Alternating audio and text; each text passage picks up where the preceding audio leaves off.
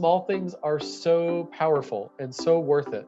Whether you're a kid, whether you're a teenager, an adult, an older adult, everybody can do a small thing.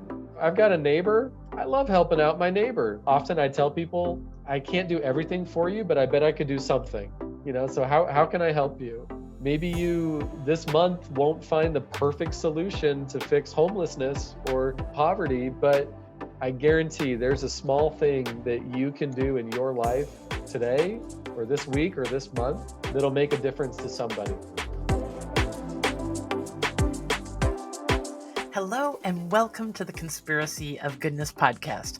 I'm your host, Dr. Linda Ulrich, and I'm also the co-founder of the mothership website of this podcast called The Goodness Exchange. There, for 10 years, my daughter and I have published thousands of articles and interviews about what's right with the world. And we have been shining a light on the innovators leading an edge we call the conspiracy of goodness in our times. So my daughter, Liesl Ulrich-Verderber, is an amazing thinker. She's a Harvard grad who has a way with people that brings out the best in others. And she hosted, several years ago, something called our Happiness Hour. So today's episode is a recording of a Happiness Hour from about 2 years ago with an amazing innovator named Kenton Lee. Kenton Lee is the founder of an organization called Because International, and he's most notably the inventor and the co-founder of a company called The Shoe That Grows. It's a nonprofit that has ingeniously figured out how to get shoes on the feet of children in places around the world where they would otherwise be exposed to all kinds of soil-borne diseases. Turns out a lot of children's deaths and diseases come from the soil that the children walk on when they're barefoot. And so shoes become something much more powerful than just a fashion accessory. They are a life-saving necessity. And our guest today, Kenton Lee, was exposed to this problem that poverty causes all over the world when he was in college age. And it inspired him so much that he set out to solve it. And now he's solved it so well that the shoe that grows is an innovation that has protected the lives of hundreds and hundreds of thousands of children. It's ingenious. It's fun to hear the story. In this episode, he shares slides of the whole journey. Just being in the presence of somebody as nice as Kenton Lee and as connecting as Liesl Ulrich-Verderber, my co-founder and daughter, is a joy. We hope you'll like this episode back from the archives of the Conspiracy of Goodness podcast. I want to get us started here with Kenton. He's going to talk with us a bit about his own story. Kenton is, firstly, one of the people who, when I think about the conspiracy of goodness and what goodness means, Kenton is somebody who just fully radiates goodness. He is the kind of person who every time I talk to him afterward, I leave feeling like I am doing the right thing in the world, and I leave feeling like I have a co-conspirator, for sure. And so Kenton has an incredible story. You may have seen his TED Talk, but he's the founder of an incredible invention and cause called the Shoe That Grows, which is a shoe that grows as children do. He also is the founder of Because International, which is an incredible organization that helps other organizations that want to do good in the world fulfill their potential, and he's just a catalyst for goodness in the world. Not to mention also the co-founder of Grow 5. Is that co-founder, right, Kenton? Sure, yep, Of yep. Grow 5. Which is a sort of the for-profit part of the business where you can buy your own shoe that grows for kids in your own life. Anyway, Kenton, we are so glad to have you here doing good with what you're already doing. And I think you, as someone who exudes goodness, just has an incredible story to tell. So without further ado, Kenton, I'm going to let you take over here and tell us a little bit about your whole story and background. It's just fascinating. Well, thank you so much. And you've raised the expectations. I hope I can deliver on this now. That was quite an introduction, and I appreciate it. Is that okay if I share my screen? Is that Yeah, go right ahead. all I right? think I forgot to turn screen sharing on, but now you can. Yeah. Okay. So just a little bit about myself. In addition to what was said already, I am from Idaho. I am born and raised in Idaho. Oh my goodness, if you've never been to Idaho, you've got to come over sometime. It's so great. I love it so much. And man, it's just so much fun living here. And so I grew up in Idaho. very middle class. And as I grew up, I learned how to, try to be compassionate, try to help others. My mom and dad raised me to try to be kind, all those things. But I really, I mean, it really took hold of me, and so I wanted to do more.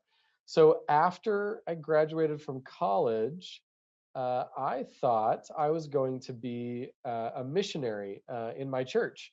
And to do that, I would have to like go live overseas for like 4 years. And I'd never been outside of the country before.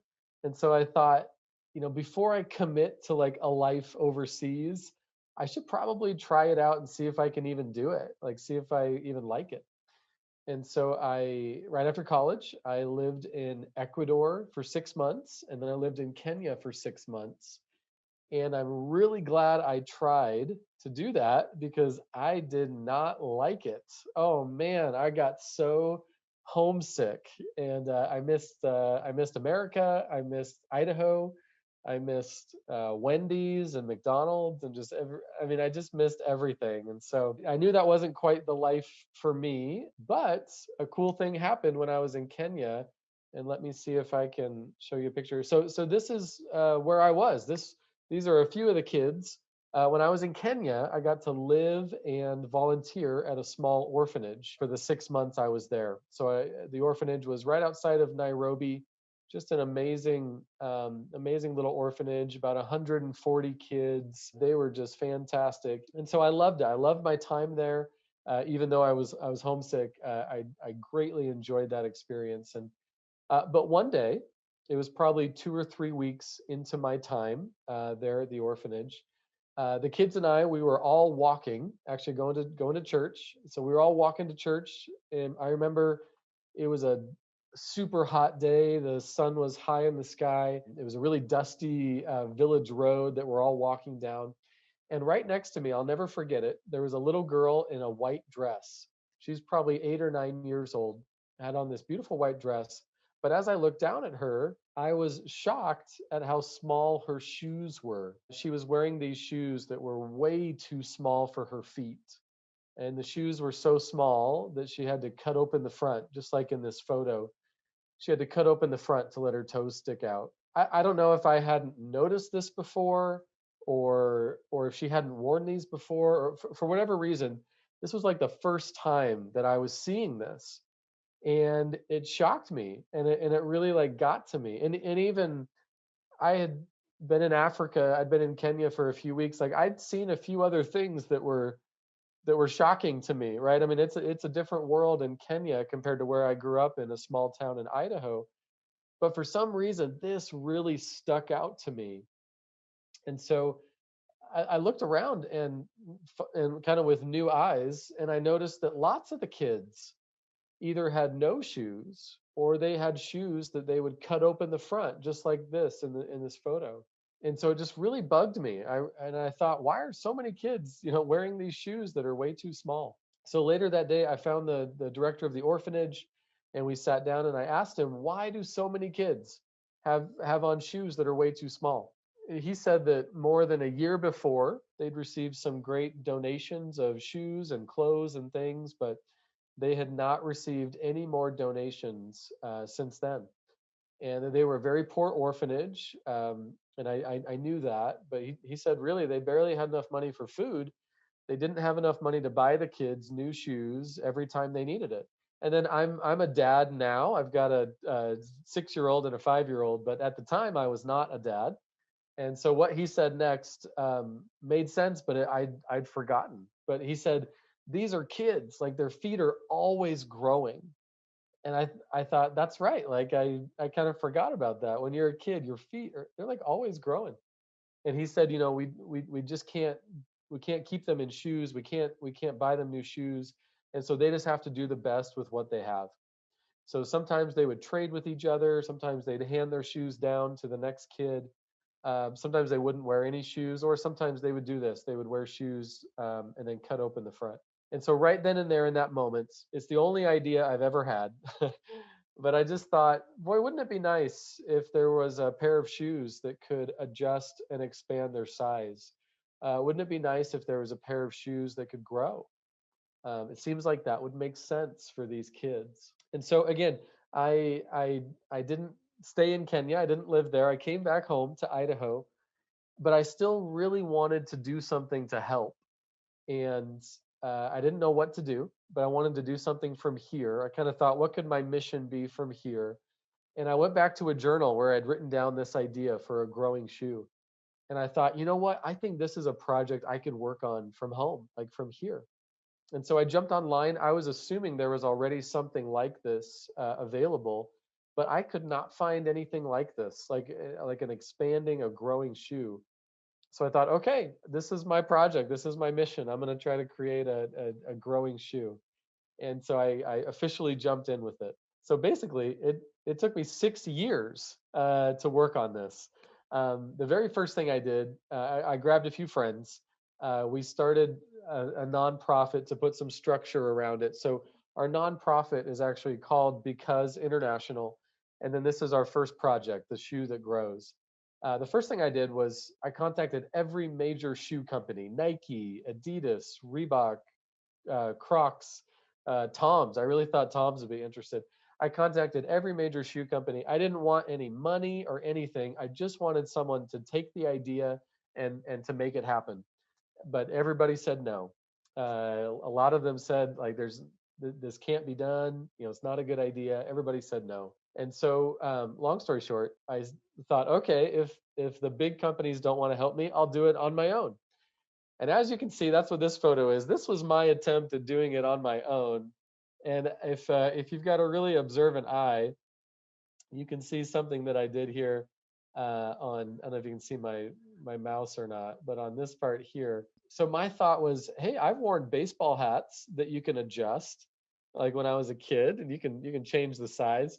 So I cut off those like pegs and those holes from baseball hats. I thought, yeah, we can make a little baseball hat adjustment. I didn't know what I was doing, but so I literally, this was me out in the garage, trying to make a prototype, trying to explain this concept of a shoe that could grow.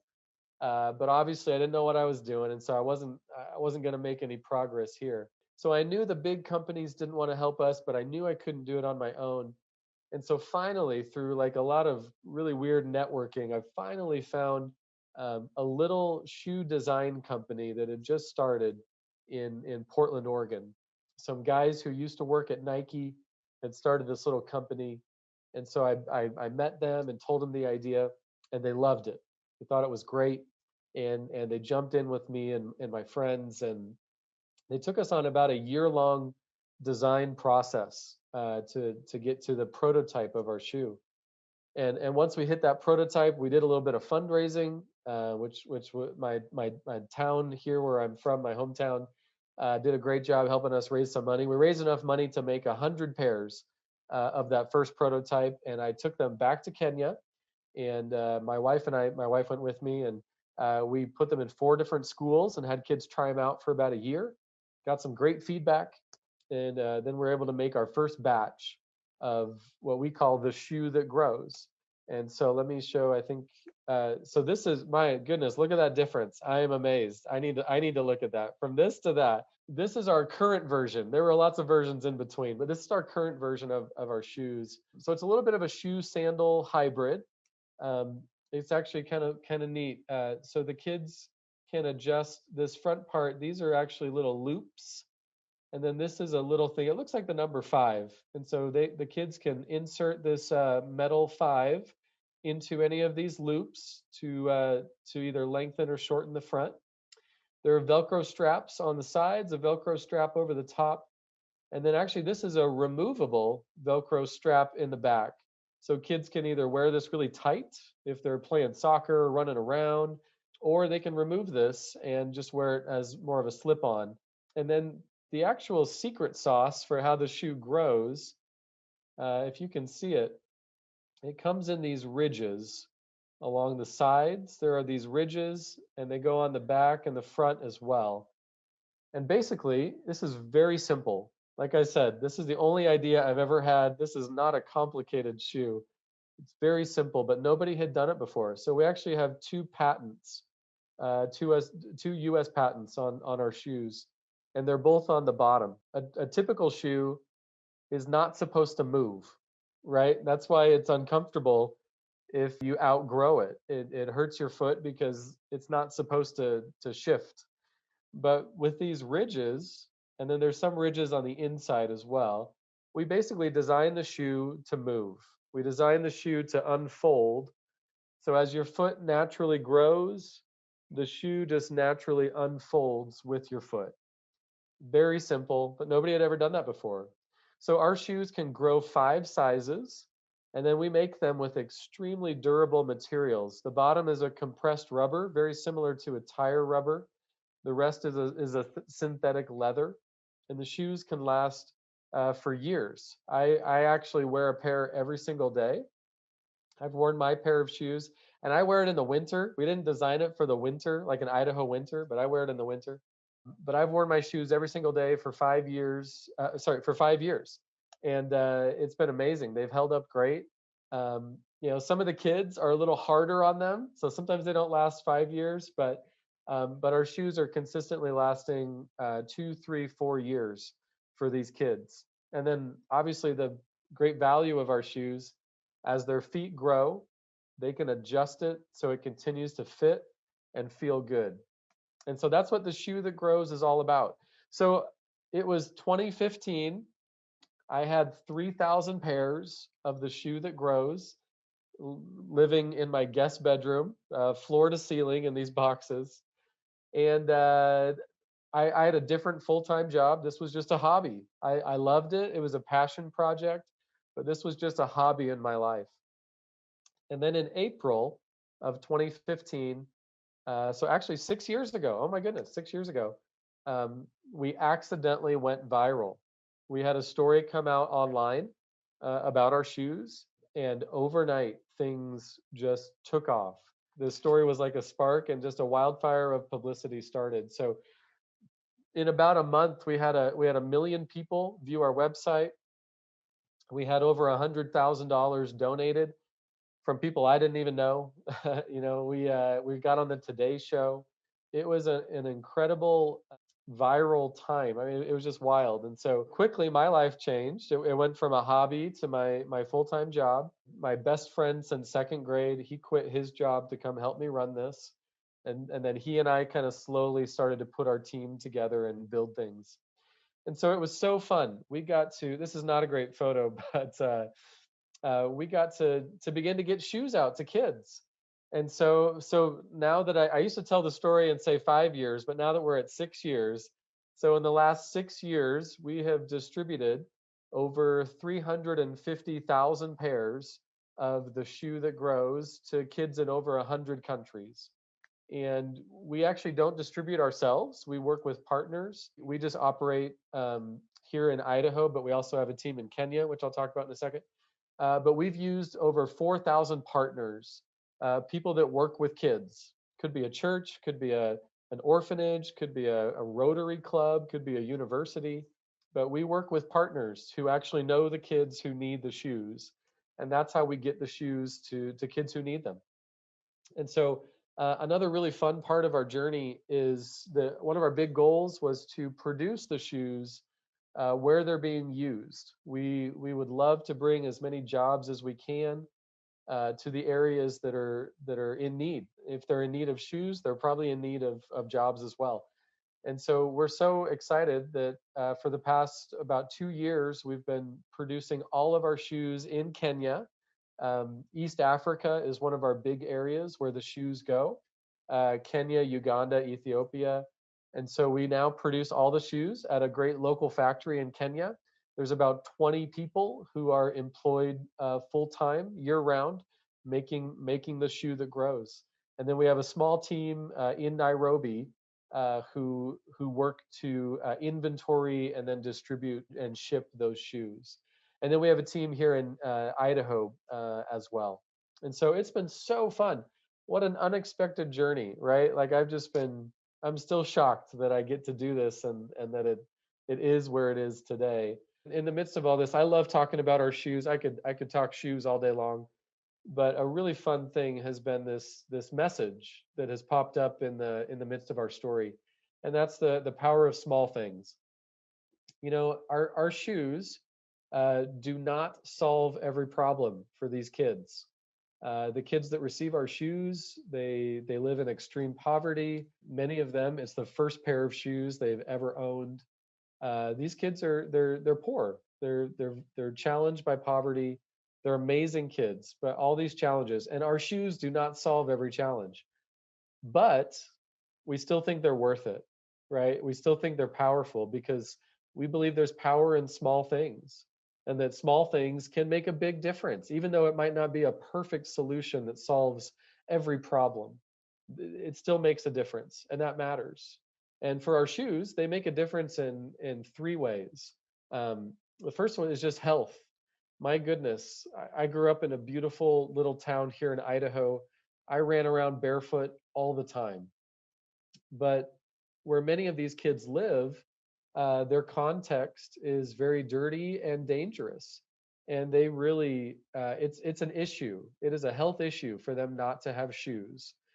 Besides just injuries that can happen as they step on glass and sharp rocks and things like that, many of these kids live in areas without adequate sanitation or clean water, and they are getting diseases that are entering their body through their feet. If they get a cut or a scrape on their foot, their body is opened up to these diseases. And so it's a big deal. It's not just fashion. It's not just a shoe that looks good. Shoes are really a line of defense for health for these kids. The second thing they provide often is access to education. Many of these kids, they live in areas where there's a mandatory school uniform, and often shoes are a required part of that school uniform. That's why this little girl is holding up a black shoe. Black is our most popular color because that's what many of the kids use for a school uniform shoe that typically is black. And so for a lot of these kids, if they don't have shoes, they can't go to school, which sounds terribly unfair, and it is, but it's a reality in some of these areas. Also, many of these kids walk a long way to go to school.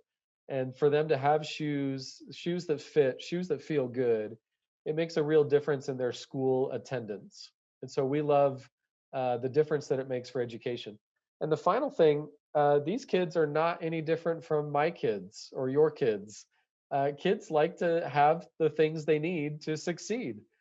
When kids in poverty receive a pair of our shoes, they're happier, they're more confident, they feel better, having pride that they've got a pair of shoes and now they can do anything, right? I mean, it really is, it's those three things. Kids with our shoes, we're helping kids be more healthy, attend school more often, and be happier and be more confident. And so again, it doesn't solve every problem, but there's power in those things, and that's it's what gets me up every morning. I love it. I love helping kids be in a better position to succeed, and shoes are one way of doing that. So just to say, this is my story, right? Like this is what I do. It's not what everybody does, but I do think this message could apply to just about everybody, and that's one of my favorite things about this message of the power of small things. Everybody can do a small thing. Not everybody can do a big thing, like Bill Gates. He can do some things that I cannot do, right? Like he's awesome, and he's got a lot of money and a lot of influence. He can do some big things, but everybody can do a small thing, and those small things are so powerful and so worth it. Whether you're a kid, whether you're a teenager, an adult, an older adult, everybody can do a small thing. And that's where this started for me. I just wanted to make a pair of shoes for that little girl in the white dress. I mean, that's really what it was for me. I saw this little girl. I got really upset that she had to cut open the front of her shoes to let her toes stick out. And even if I just made it for her, that would have been worth it for me to do that. That I didn't have any grand vision of this being what it is today. I just wanted to help one person. And even in my own life now, I love the work that I do, but I've got a neighbor. I love helping out my neighbor. If she needs cat food, if she needs whatever, I try to take this same mentality into all areas of my life. that there's power in small things and that small things can make a big difference. Often I tell people, I can't do everything for you, but I bet I could do something, so how can I help you? And I try to do it. And now I'm trying to teach my kids, right? Maybe you can't help everybody. Maybe you this month won't find the perfect solution to fix homelessness or poverty, but I guarantee there's a small thing that you can do in your life today or this week or this month that'll make a difference to somebody. And the final thing I'll say, this mentality to do small things that make a big difference. This really helped me keep going. Again, it took me 6 years to work on this idea, and I wanted to quit many times. And I'm really glad I kept going. But one reason I kept going was because I knew it didn't need to be perfect. It didn't have to be the perfect solution. Didn't have to be the perfect shoe right away. It didn't need to be perfect. I just needed to keep going. And I think for people who are very missional, if you've got things you're passionate about, it's hard to get stuff started. It's hard to keep stuff going. But you have to. You have to. Don't quit. Don't stop. If you've got something you love, the world needs you to keep going. And don't get worried about, having it be perfect and help everybody and oh, it's not ready yet. No, just keep going, get out there, help one person. You can do it. All that stuff. All that stuff. But anyway, that's my story. I hope it's helpful this month, and I would love to take any questions, answer any questions, and thanks so much for listening to me. I know you don't have to, and I appreciate it. Thank you. Thank you so, so much, Kenton. As usual, I hope that you guys feel the same way about talking to Kenton. I think, that end part where you said you didn't need to be perfect, just needs to sort of be there. You just need to go do it. I think is something that is resonates so much for me. I think it resonates so much what we're doing with the network as it is right now, growing out this crazy, ridiculous idea that we can grow a network of people who, think that the world is a good place and want to move and push towards goodness is just, Right. Such an incredible thing that we can come together and be that mission driven group of people. So I just want to thank you. That was such a good reminder, I think, for all of us mission driven people to do the little things, because they are so powerful, Yeah. and really do push us all forward. You know how the constant negative noise in our digital lives feels like it's reaching a boiling point? Now, many of us have tuned out the news and social media almost entirely. Well, it doesn't have to be that way. There are newsworthy stories about amazing progress, innovation, leaps in human potential, and wonders in the natural world, and they're just not reaching the top of our feeds. We can have access to this, but none of us has the time or maybe even the emotional stamina to search through all the doom and gloom news to find what's right with the world. Okay, enter the Goodness Exchange. There, we are giving instant access to positive news for curious people. Did you hear about the recent Harvard study that found that exposure to just 4 minutes of good news can make you 32% less anxious and 18% more optimistic? Well, I don't know about you, but I need those kind of numbers in my life. So, if you want to live with more joy and way less fear, it's really simple. First, you join us at the Goodness Exchange. Everyone around the world has the opportunity to access this kind of content. And we've promised no politics for about a decade, so you're safe from all that distraction as well. Second, you allow this new, more positive, balanced worldview to put a spring in your step again. It can change the way you react to your kids, your coworkers, everybody you come in contact with. And the stories we write about can make you the idea person in your circles. These challenging times call for us to wake up and take control of our perspective. The people who use the Goodness Exchange have the ability to react to the harshness of the world much different because they know way more about what's right with the world. And that's a resource. So subscribe to the Goodness Exchange, our YouTube channel and the podcast, and use this content to live a more expansive worldview. It is still an amazing world out there, and you can be a part of it. Welcome to the Conspiracy of Goodness. So I wanted to open it up to a couple questions that we got while you were speaking. I think these kind of answer one another, but we have questions. Do you make these for adults? And have you explored selling these shoes domestically? We do make adult sizing. Right now, we on the nonprofit side, we offer 5 different sizes, starting at toddler, so about 3 or 4 years old, and going up through adult through a men's size 12. Wow. So anything from a toddler up to a men's size 12, we can fit that foot. And the reason one reason we excuse me, one reason we started to make adult sizing was because we had kind of older kids, especially in Africa, who Mhm. had larger feet. They had these really big feet, and so we started with one size, one color. When we first got started, those 3,000 pairs were just one size, one color, and now we have 4 different colors and these 5 different sizes. So we do have a commercial side. It's called Grow Five, GROFIVE. So grow5.com. And we did not want to do that. The first couple years, especially after we went viral, we people would ask us if they could buy our shoes for their kids in the states, and we always said no, because it just wasn't what we did. Like that was not our goal. It wasn't our mission. But then pretty soon we realized how hard fundraising is, and we thought, if people are willing to buy our shoes, if they're willing to pay for it, and if we can make a few dollars off that, then yeah, we'd be willing to do that. That's fine. So we started a separate company. It's owned by the nonprofit, but it is a commercial company. Um, and we sell the shoes. We actually sell a few other products too that some entrepreneurs that we work with through an incubator program, which I didn't get into today, but we sell a few other products as well. But we do sell shoes on that site. They're called expandals, expanding sandals. It is the exact same shoe that we use on the nonprofit side. So the same shoe that we sell for, I think it's $40 on the commercial side, we offer in a nonprofit way for $20. So exact same shoe, not a better shoe for the commercial.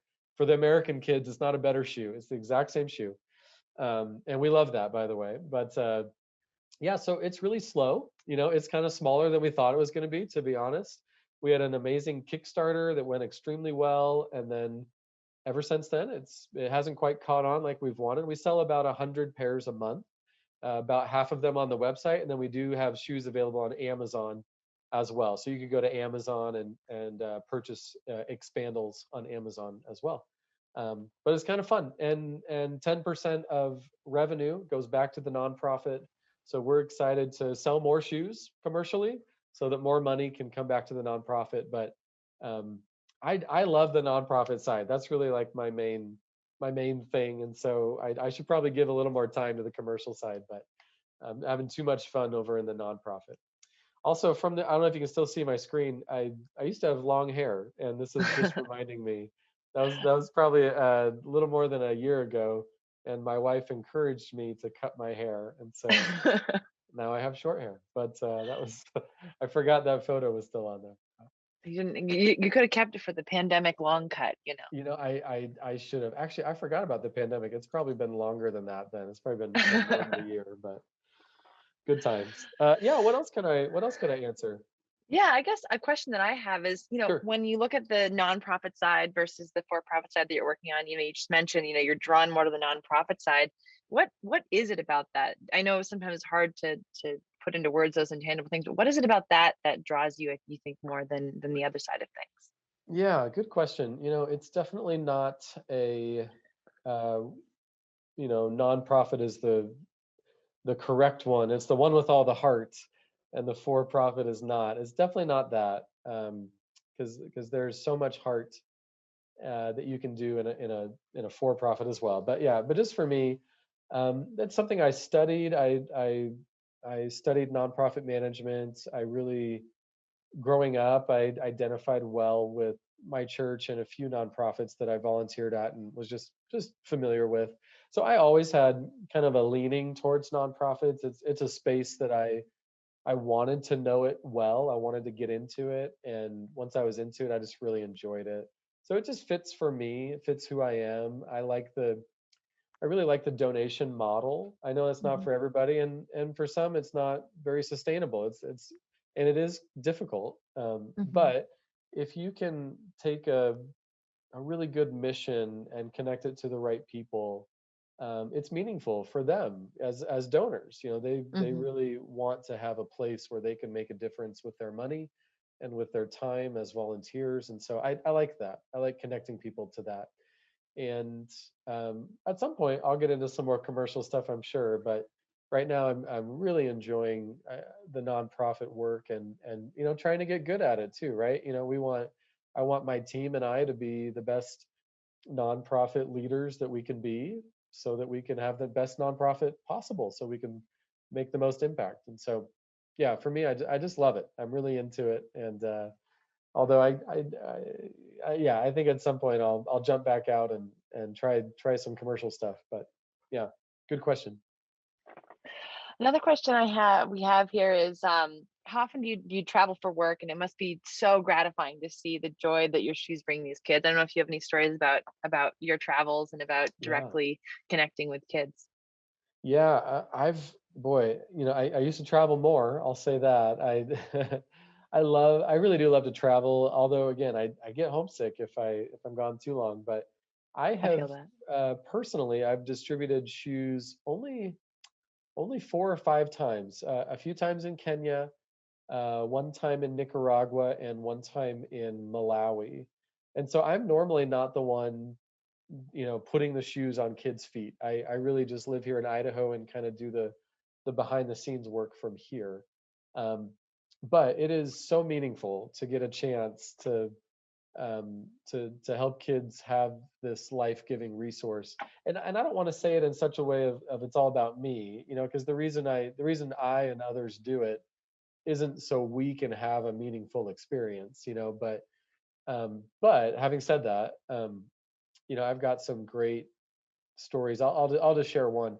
So the very first time that my wife and I were in Kenya, we had the 100 sample kind of prototype pairs, and we were having kids try them out. We went to a little school out in a rural part of Kenya, and we had through an interpreter, we had explained how the shoes work, and we were showing the kids how to use them, and then we kind of broke off, and we were helping put them on the kids' feet. And while I was doing that, a Kenyan mom, walked up to me, and she spoke English, and she said, I came a little late. I'm so sorry. I missed, what is this? I missed the presentation. And so I quickly kind of showed her how the shoe grows and what our goal was, what we're trying to do. And as she understood it, she started to have tears in her eyes. And after I finished talking, she just kept saying, "This is so important." She kept using that word, Mm. important. This is so important. For our kids to have shoes that fit and feel good. Like, thank you. This is so important. And her reaction has always stuck with me.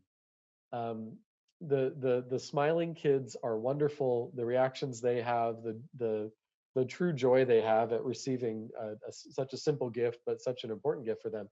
But for this mom, I mean, this is exactly who I wanted to understand what I'm doing, right? This is exactly who I made this for, really was.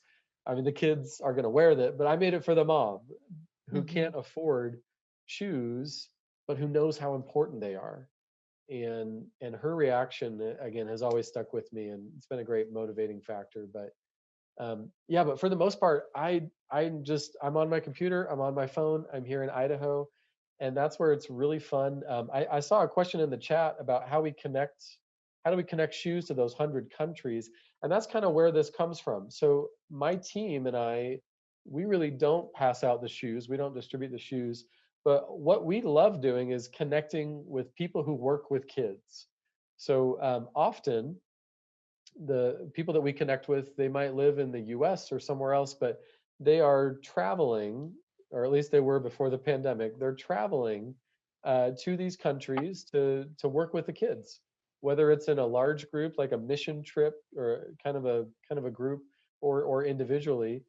So most of the shoes that we send from Idaho, they usually go somewhere else in the US. So like I'll send 100 pairs of shoes to a church in Georgia, and then that church will have 5 or 6 people go on a trip to, I don't know, Cambodia, and they'll take the shoes with them. They'll check the shoes on the plane. They'll take the shoes with them and then hand deliver those to the kids they work with.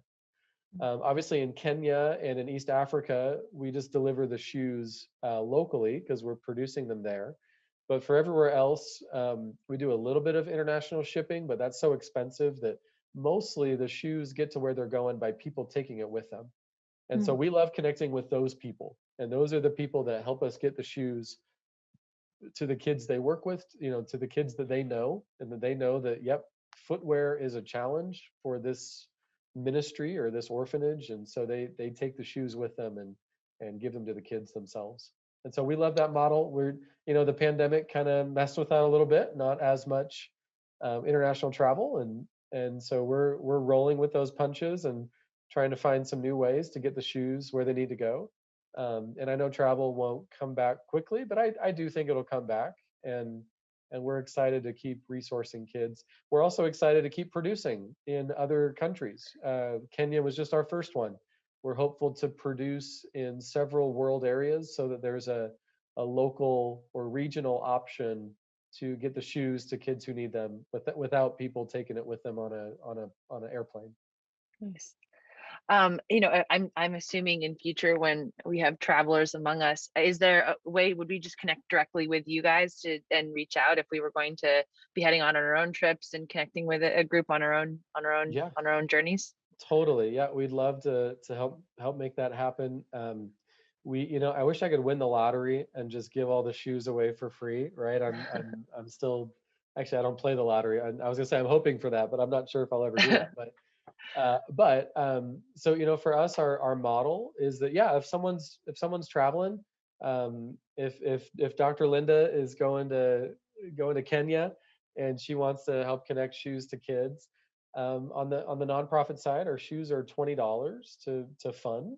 And so someone just like Dr. Linda, could reach out to us and say, hey, I'm going on this trip. I'd like to purchase 100 pairs, and it's a donation, but we use the word purchase because it just makes more sense that way. But so Dr. Linda could purchase 100 pairs, and we'd send it to her, and she could. Well, actually, for Kenya, she'd just pick them up when she got there. But a lot of people, we help them fundraise.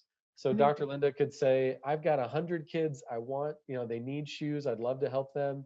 But I can't afford the $20 a pair.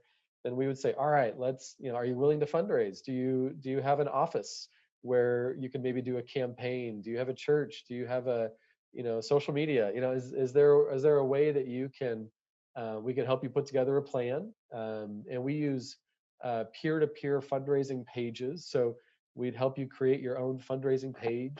You can share that link with anybody, and they can donate directly to your page, and it goes right towards your goal. It's really fun. We love doing that. We love helping people fundraise. And then for anybody who just truly they can't fundraise, they just don't have any money.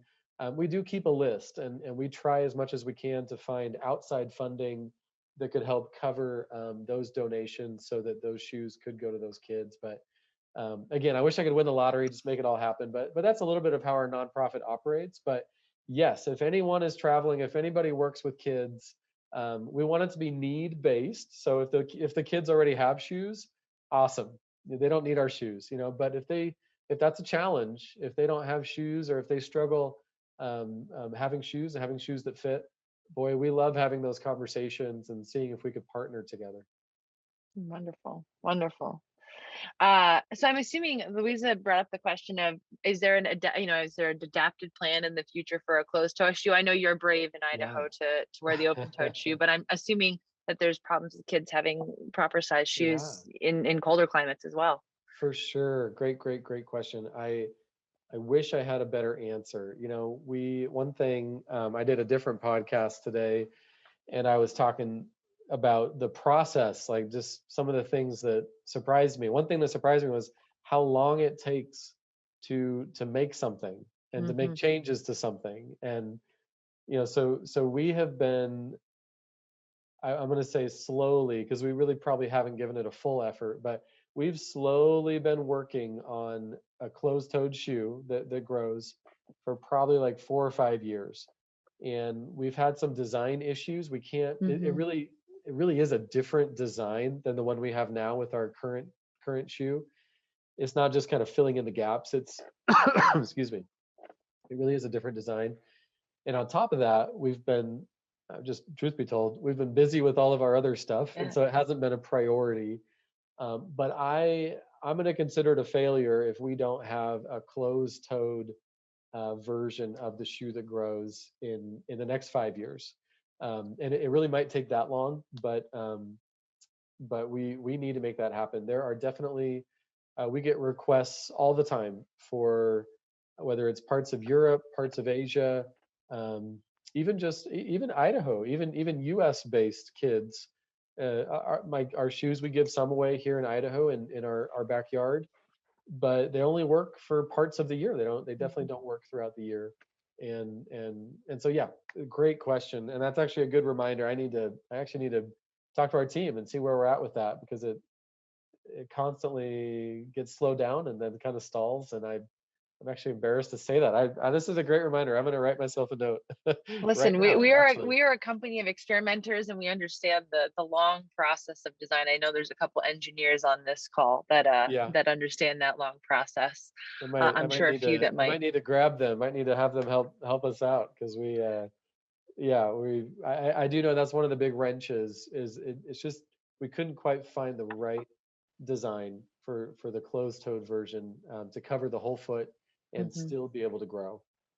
Well, I think one of the things that I think is pretty amazing, my background is in design, is that iterative process, that experimentation process to say, okay, this idea is similar to my baseball cap. Now I'm going to take, like project foam and, baseball cap, backs and put them together. I think that is such an incredible and great example of the way that these things actually work. No one walks out of Nike. I'm sure Nike even has a laboratory full of those same materials. No one ever walks out with like the perfect shoe. And I think I love Sure. that particular image going from one side to the other on that was so wonderful to see, Yeah. because I think it's a good reminder of where all of us are.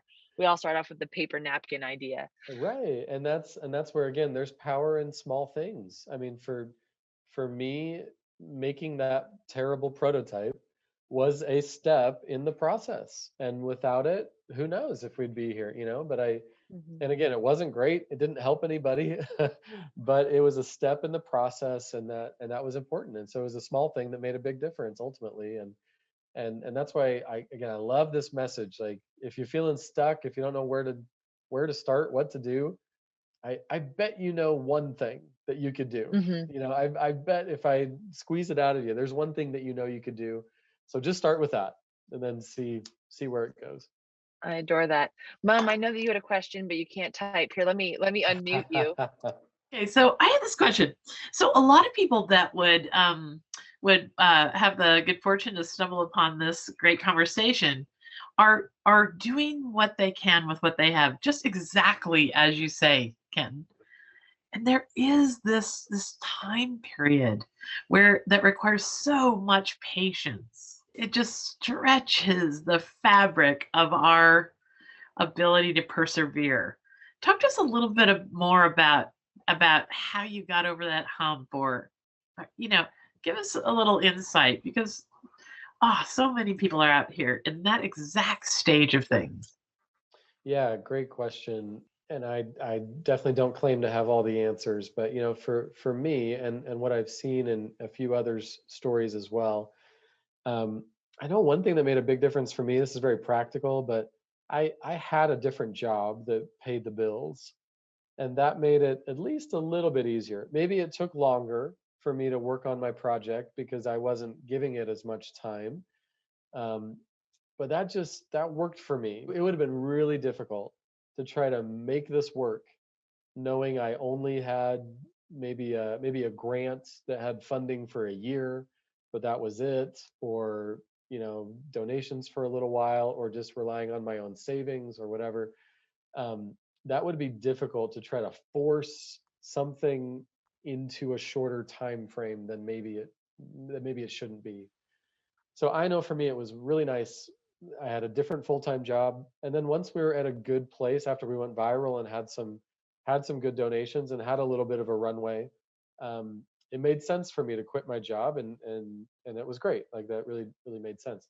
Although on the opposite side of that, there are more challenges that come when you have payroll and when you hire your friends. We had 19 staff members in 2019. 2018 was our best year. We hired, honestly, too many people, and uh, I really just hired from friends, people I knew and trusted. And boy, for a little while there, it was perfect. I had all these friends working for me. We were just going. And then 2019, we missed on a lot of our numbers, and I hated letting go two of my friends. I mean, I just hated it. And and so I know this isn't the answer people might want to hear, but some things are a little bit easier when you're just kind of bootstrapping and it's a side hustle, and you don't have some of the pressures of payroll and health insurance and all that kind of stuff. And so it's interesting. I'd probably encourage people. I don't know if enjoy is the right word, but maximize whatever phase you're in. Maximize it. If you're at a place with your idea that you're not paying yourself yet, like you've got a different job, that's totally fine. You need to save a ton of money, right? Get donations, work hard, save money, get a rainy day fund. Awesome. Like give yourself some targets that you can hit. And if you do jump in, maybe you go part-time. Maybe it's not jumping right into full-time and hiring a bunch of people. And on the flip side, if you feel like you're ready and you're in, you've got some staff, um, go all in. Like this is a unique time. If you can work full time on something you're passionate about, oh my goodness, take full advantage of that, because it probably won't be that for your whole life, right? This might just be a Mhm. chapter. I always tell people I'm in a great chapter. I'm not going to do this forever. I'm in a great chapter. And so I'm really trying to maximize this as much as I can. And yeah, so I don't know. It just depends. It's funny though. I've had people tell me like, oh, how do I say this? I don't want to sound like mean about this. I have done nothing to deserve this, right? Like I've worked really hard. Dr. Linda, I know you've worked really hard. You know what I mean? It's not like we deserve what we're having in terms of success.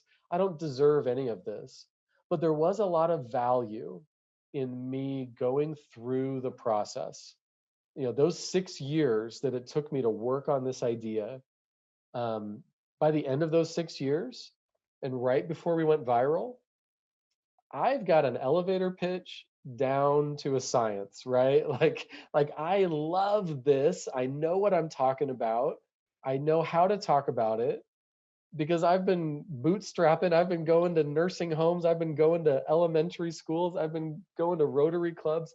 I've been talking about this. So when I do get a chance to be on the Today Show, I'm ready. You know what I mean? And again, I don't deserve this. It's not like you deserve it because you work so hard, but because I worked hard and went through the grind, I learned a lot and I felt like I was more ready. I still make a ton of mistakes, but if there are ever young entrepreneurs, especially in the nonprofit or the social enterprise space, my encouragement to them is usually keep grinding, keep hustling, keep going, and I think they'll have success, but it doesn't happen overnight. I always tell them that it's not gonna. No, nobody sees the 6 years. They just see the shoe that grows. And how cool is that? I'm like, yeah, it's cool, but it's this. I've cried over this thing. I've this thing has We caused know me that more feeling. pain. We So know that anyway, I feeling. don't, I don't, I hope that wasn't an inappropriate answer, but that's probably how I feel about that. No, I think I mean, it's a perfect answer because, and this is why I started off with Kenton. Every time I talk to you, I feel like I'm in the right place. Is I don't think we talk enough about just in general, whether you're a business person, whether you're an entrepreneur, whether you've gone viral, whatever it is, we very often don't talk about the hard grind that comes before any kind of success, whether it's a major win or a little win, and then I can remember one of the things that you told us very early on. It was after one of our very first conversations with you. You had a really great point about like preparedness. Like you can be prepared and think you're totally prepared, and then you go viral and you find out where you're not prepared. And so that the next time you've Oh, got sure. the media kit ready, and the next Sure. time you've got the sign up list, you've got the right. I mean, it was after we went Yeah. viral on Reddit. I think we talked to you and we are like, "Hi, we went viral and our website crashed." And you're like, "Did you have a sign up list?" And you're like, "Yeah." And you're like, "Great, that's better than we had." And I was like, Yeah. "Oh, great, no one knows what they're doing a little bit, Yeah. I mean, I but we're had my doing it well." speech, down, but that was about it. I didn't have a lot of the business, the systems, that side of things. So that's funny. Um, yeah, but again, it's and it's funny. I'm giving myself some advice right now because I've got a side project I'm just starting, and I've been a little frustrated that it hasn't gone a little faster. Hmm. And but truly, I know, like within my heart, and I'm telling this to myself now, like I know there's more grind I need to go through because I even now I can't explain it very well. Like it's I'm not there yet on understanding really what I'm trying to do with it and Mm, who it's for and how people can be involved. I'm really not there yet. And so I know I just need to I need to keep grinding on it. I love stand-up comedy. I don't know if anybody enjoys stand-up comedy, but for comedians, they call it you got to get up. You got to get up every mhm, night. Like it doesn't mhm. matter if it's a good set or a bad set or a big crowd or small crowd. Like you have to get up and practice your material. Like that's how you get better. And I feel the same way. Every day I need to talk to donors. Every day I need to talk to customers. Every day I need to do things. I need to grind every day, and that's how I'm going to get better. And it's not just about me getting better, but I mean that's how I'm going to have more impact, right? Right, And right. that's what this is all about. Well, I want to thank you, Kenton. This has been just so wonderful. It's been a really, I don't know. This morning I woke up feeling a sense of pressure about wanting to, grow this organization, grow the Conspiracy of Goodness Network, and I was feeling, uneasy. And of course, as per usual, I should just call you whenever I'm feeling that way, because now I feel as though we're ready to take on anything. But thank you so much. It's my pleasure, and I hope you know you're awesome and you're a leader and you are making things happen. And truly, I mean that, right? Like I hope you know me well enough. I mean that. There are a few younger social enterprise, missional leaders that I've seen in them something that maybe they can't even see themselves. That like for you, and I would say the same thing. You are successful anyway, but you are going to do great things. And the reason I know that is because I can see that in the way that you email me, in the way that you hosted this conversation, in the way that people I can see that people respect you and appreciate you. And I know that's because they feel the same from you. I can see all these things. I'm sure Dr. Linda can as well. I'm sure she tells you that, but I can see all these things in you. And so I know that you are going to have success at whatever you put your mind to. It might not happen overnight, right? It doesn't happen No. overnight, but I know you will. And it's so fun watching you. And I'm sure many other people, even though we don't always comment and things on social media, stuff like that, I see everything you put out, and I'm so proud of you. And I'm in your corner. I'm cheering you on. And if there's ever anything I can do to help, you can count on me. It's so fun being a part of this conspiracy with you. And thank you for the chance today. I really Oh, appreciate thank this. you. Thank you, Kenton. You have no idea how perfect that is and how much I needed those words. Okay, thank you so much, folks, for joining me with this interview from the archives of the Happiness Hour at the Goodness Exchange. Thank you, Liesl Ulrich-Derber, our co-founder at the Goodness Exchange, and Kenton Lee for being one of the earliest and most inspiring innovators that we came across. We can never thank Kenton enough for being a lot of the core inspiration for what we do every day at the Goodness Exchange. Okay, have a great week, folks.